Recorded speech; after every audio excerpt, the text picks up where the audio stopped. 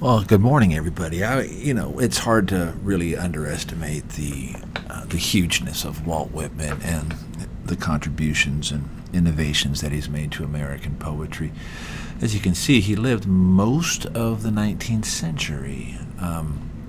He was, in many ways, a student of Ralph Waldo Emerson. Some of you may remember Emerson from English 251. You may have read his essay, Self-Reliance, but he wrote a lot of essays, Emerson did, and a famous one that he wrote was called The Poet, published in, I think, the early 1840s. And many years ago, I came across this sentence in The Poet, and I think it really is a representative summation of the whole 19th century in this one sentence. Emerson writes that talent may frolic and juggle, semicolon, genius realizes and adds. And so the way I like to break this down or approach this sentence is that really in the 19th century, most of all the American poets would be to the left of the semicolon. In other words, they were talented. They could rhyme with the best of them. They could write very traditional, formulaic, didactic poetry, but it wasn't very innovative. There really wasn't any genius, and that's what Emerson's point is. So when I teach Emerson through Whitman and Dickinson, or when I try to trace and map on Emerson's influence on Whitman and Dickinson to students, I always tell them that really on the other side of the semicolon, to the right, the clause genius realizes and adds, that there are really only two poets in American poetry who belong really on the right side of the semicolon, and that's Walt Whitman and Emily Dickinson. He really was the most innovative poet of American poetry. He's often referred to as the father of verse libre, or free verse. Up until Whitman, poetry had been written the way, well, let's face it, the way it had always been written, as far as structure, as far as rhyme and meter. And it was Whitman truly who came and broke all of the rules, broke all of the traditions. And really, I think it's because of his theme, which, although he had many, chief among them was the American experience and the American democracy, and certainly the vastness of North American. And so it would seem rather naive to think that something as vast and as expansive and as new as America was, especially in the 19th century, that a traditional and very neat and tidy type of poetry would suffice. It needed something organic. It needed treatment in a very wild and unorthodox treatment, and that's what Whitman does precisely. And really, he's years ahead of his time. Okay, so it won't be until the 20th century that American poets begin to look backward, really, at Whitman and Dickinson and say, "Aha, these guys, these early folks, they sort of had it figured out." And as is the case with many people who are ahead of their time, they are often misunderstood, they are often criticized, they are often maligned, and this is certainly the case of Whitman, and maybe to a lesser extent Dickinson. Whitman does abandon every conventional rule with regards to form and meter in poetry, and instead he is composing really to the musical phrase, to the idea, so that he wants to express, and so that he's not a slave to the form, but rather he's letting his expression dictate the language and the music of his poetry. His early work, his early vocations, I should say, were he taught for a while. He was a printer, he was a tutor, he was a journalist, dabbled in writing one novel at least that I know of. But let's talk about Leaves of Grass, because Leaves of Grass is really Whitman's life work, truly. The first edition was published in 1855. It had 12 poems in it, and it was in many ways a response to that essay of Emerson's that I just talked a little bit about, The Poet, because in that essay, Emerson really is looking around and lamenting, really, that America has yet to produce a true American poet, like with a capital P. And all the great civilizations and nation states had done that. Look at England. You had Shakespeare and Milton and Chaucer, and if you look to Italy, you had Dante, and of course the old Greek and Roman poets of Homer and so forth, and Aeschylus and Sophocles and Euripides and all of these great classic poets. And it was really Emerson's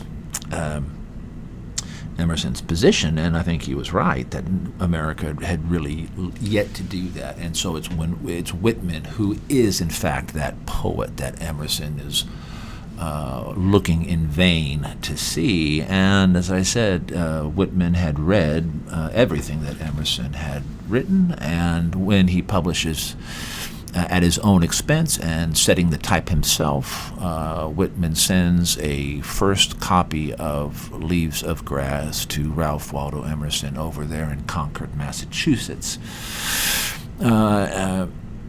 Whitman would say, I was simmering, Emerson brought me to a boil. In other words, Emerson's ideas about self-reliance and about poetry just galvanized this creative force that was Walt Whitman.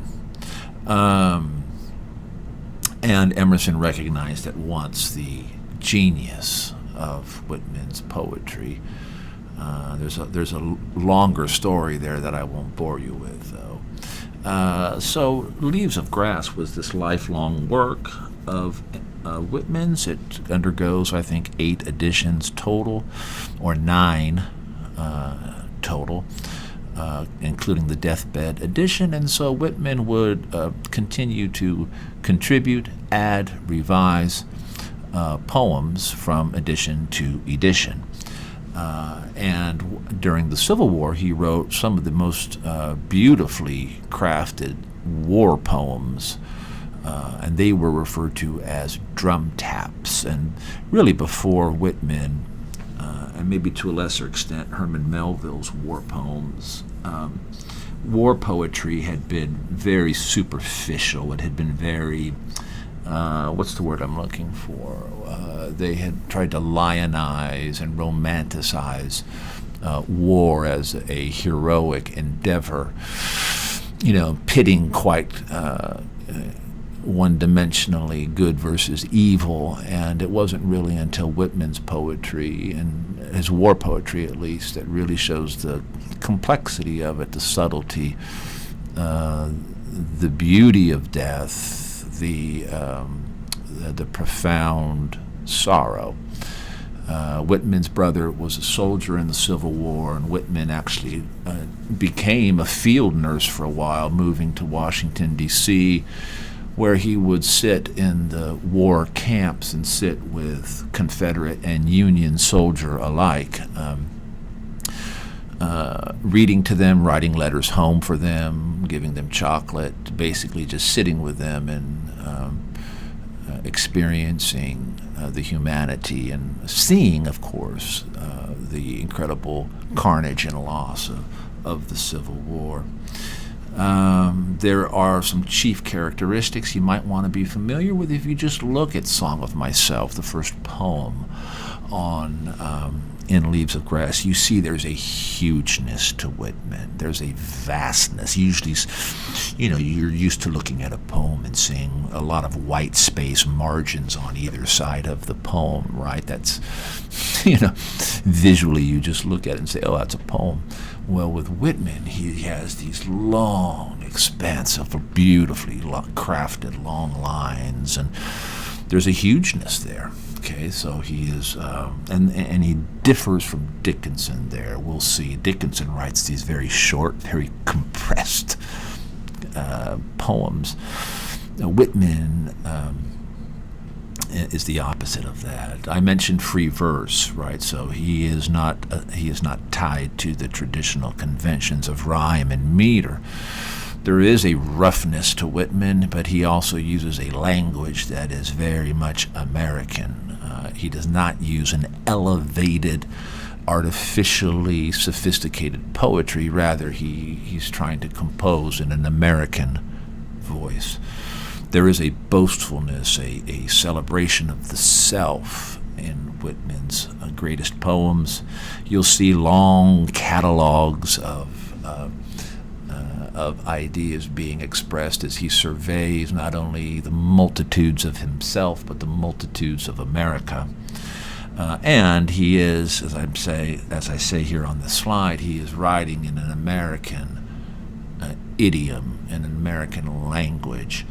And he is the ultimate Democrat. And I don't mean that in the political sense. I mean it in the truest sense of that word. He is a democratic poet. Nothing escapes the eye of Walt Whitman. Everything is deserving of poetry and is a cause for celebration in poetry. And so that inclusiveness, that democratization of poetry, most critics and readers would point to Whitman for really being sort of that North Star democratic poet. I mentioned some of these themes already: America, democracy, certainly the immortality of the soul. If you read enough of Whitman, you see time and again expressions where he is not afraid of death. He's not afraid of what comes afterward. I mean, and if we think back to English 251, if you've had that, you think about those Puritans who agonized over the next life, right? We also see the beauty of death. We see, as I mentioned earlier, the sacredness of the self, right? And so within that American experience and that new country of the democracy that is still relatively new, we see in Whitman, again, a child of Emerson, asserting really the virtue of the individual and how important it is for the individual to reach his or her full potential in order that a democracy upon which these individuals is based can flourish and continue to grow. And the leaf, right, the blade of grass, if you read Song of Myself, the symbol of grass is the symbol of freedom and the symbol of democracy, in that it is, you can't contain it, you can't control it, right? It grows, and we celebrate that. It covers and reaches from sea to sea. Song of Myself, as I've been mentioning, is the first poem in Leaves of Grass. It is truly an innovative piece of poetry. It's ultimately a poem that we live with, as I would submit to you, and as I do all my students. A great work of art is one that we ultimately live with. It has this characteristic. We can't have one interaction with it and feel like, okay, I grasp this. It's something that we come back to. Right? We read it again. We watch that movie again. We read that book again. We listen to those songs again that are great, right? Because we want to experience the what it has to give. And sometimes we can't really. We either aren't prepared. We aren't really ready yet for all that it contains, right? It takes multiple interactions with it to understand and really to get the full, rich experience of it. It was highly controversial, this Leaves of Grass was, because people didn't know what it was. They didn't think it was poetry. Because it broke all those rules. It broke rules not only in the form, but in the content. Here's a guy exploring, touching on themes that really hadn't really been done in poetry. The sacredness of the self. There's an eroticism, there's a sensuality in his poems that the genteel readership of the 19th century wasn't quite ready for. said Emerson recognized immediately the genius here. Thoreau recognized it. The people who were, I think, more in tune with what art and what language and literature can do saw it, but many people could not. They weren't ready for it. And that's a long story. We could talk more about it at great length. This is Vigil Strange I kept on the field one night. I don't think we have this one assigned. Or it may be that I decide to drop it in here as a PDF. It's a beautiful, beautiful poem from the Drum Taps collection of Civil War poems by Whitman. But listen, I want to try to keep these pretty short. I've given you a lot of information in here. If you really want to understand Whitman, there's a piece in here, a PDF called Whitman and Dickinson. It's something that I wrote some years ago in grad school. If you can read through that and get a sense of what I lay out there between Whitman and Dickinson, you can really go back and understand how it is that truly it's Whitman and Dickinson who, again, back to that sentence by Emerson from his essay, The Poet, that talent may frolic and juggle, genius realizes and adds. Folks, Whitman and Dickinson are those only true American voices that belong to the right of that semicolon. Everybody else, and I mean even Henry Wadsworth Longfellow, all those fireside poets, maybe that we read in 251, everybody belongs. They're talented. I'm not disputing that. But they didn't really do anything to change the whole landscape, the way we think about poetry. It's only Whitman and Dickinson, really, who, for most modern readers, are interested in still reading. Okay, listen, I'm going to sign off, and hope this was helpful to some extent. Thanks. Bye.